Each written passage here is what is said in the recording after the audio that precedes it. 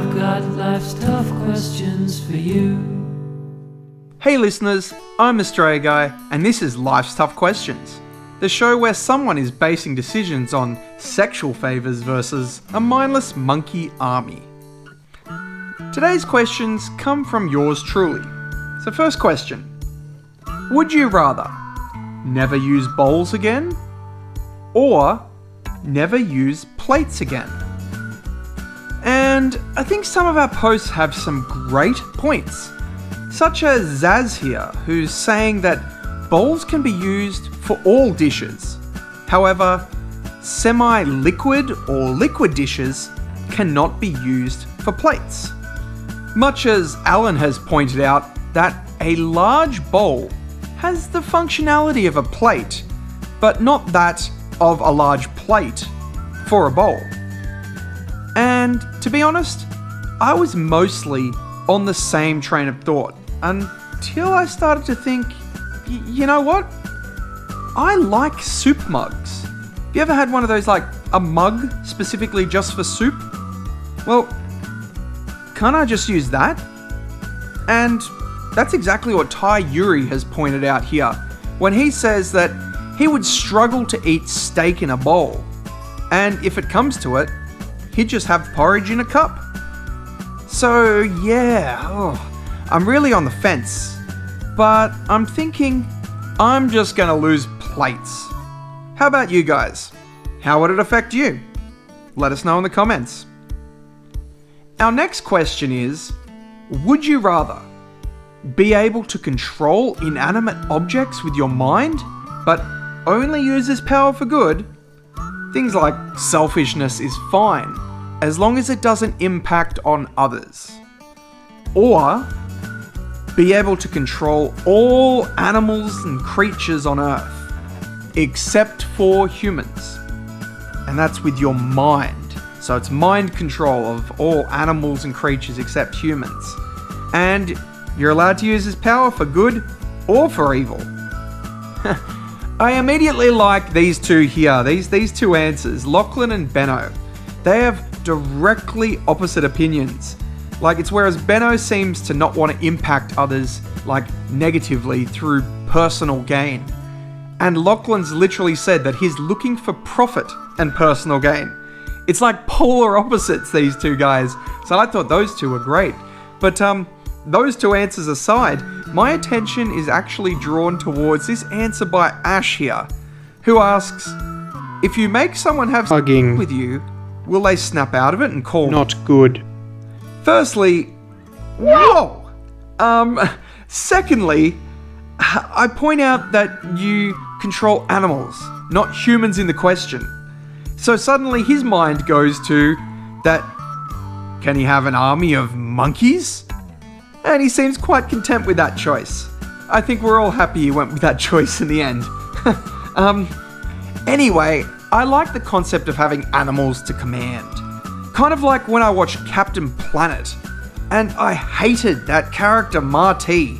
He always squandered his powers. Now, would I be evil? I don't know. But I definitely wouldn't be quiet in the shadows about it. I would totally find ways to benefit my own life. Just having the power alone wouldn't be enough. I would indulge for sure. So what about you guys? Did you hate how the Planeteers treated their powers on the show? Let me know in the comments. Okay, so the next is an image that some of us may find a little disturbing or bring back some bad memories.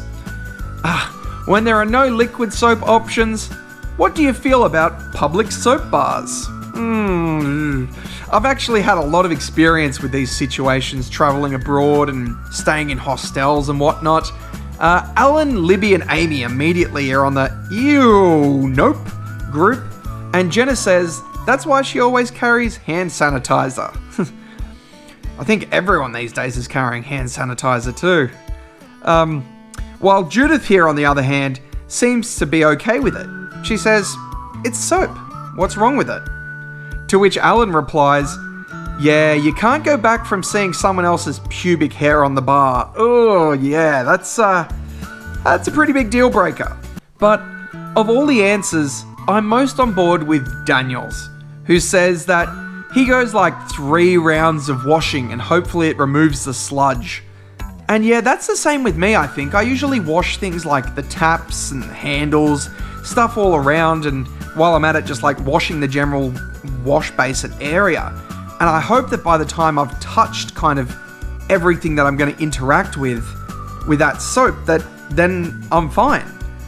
However, Haley here points out that apparently soap lather lifts microbes, not magically makes them disappear. So, does anyone else know much about how soap works?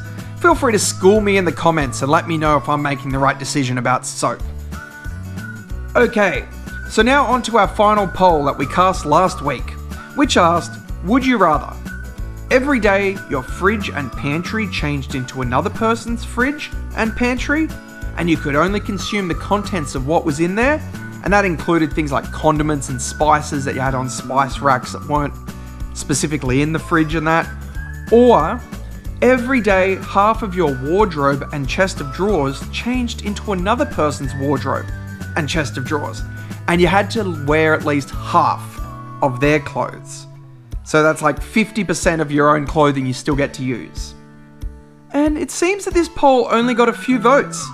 It's possibly my fault for posting it at a bad time. I'll give it a better posting next time. But anyway, the final results show that people would rather change their wardrobe every day. And I'm in complete agreement with that. I think that the variety of clothes would be okay to find something that worked for me. Like 50% could include socks and underwear that nobody sees, that, hopefully they fit. But my usual clothing attire is about 5 pieces anyway. So that really only means that I have to find 2 to 3 items that were someone else's.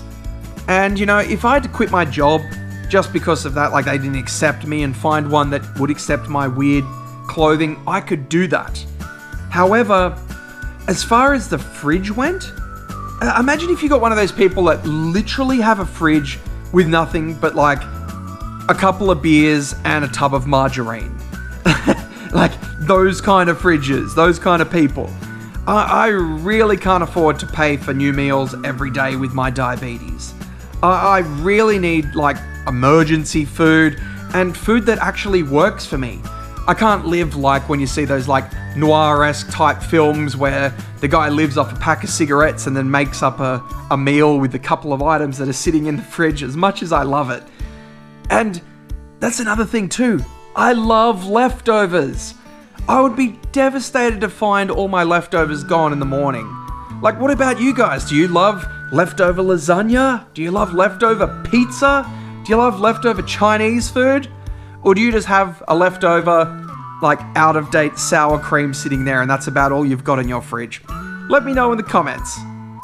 Which brings us to our final question of the day, the question that I'll be putting on the Facebook group for the poll for next week. So, the question of today is a special one for all those skaters out there. And the question is, which is better? Skateboards? Rollerblades? Push bikes? Scooters? Or have we got some unicycle lovers out there?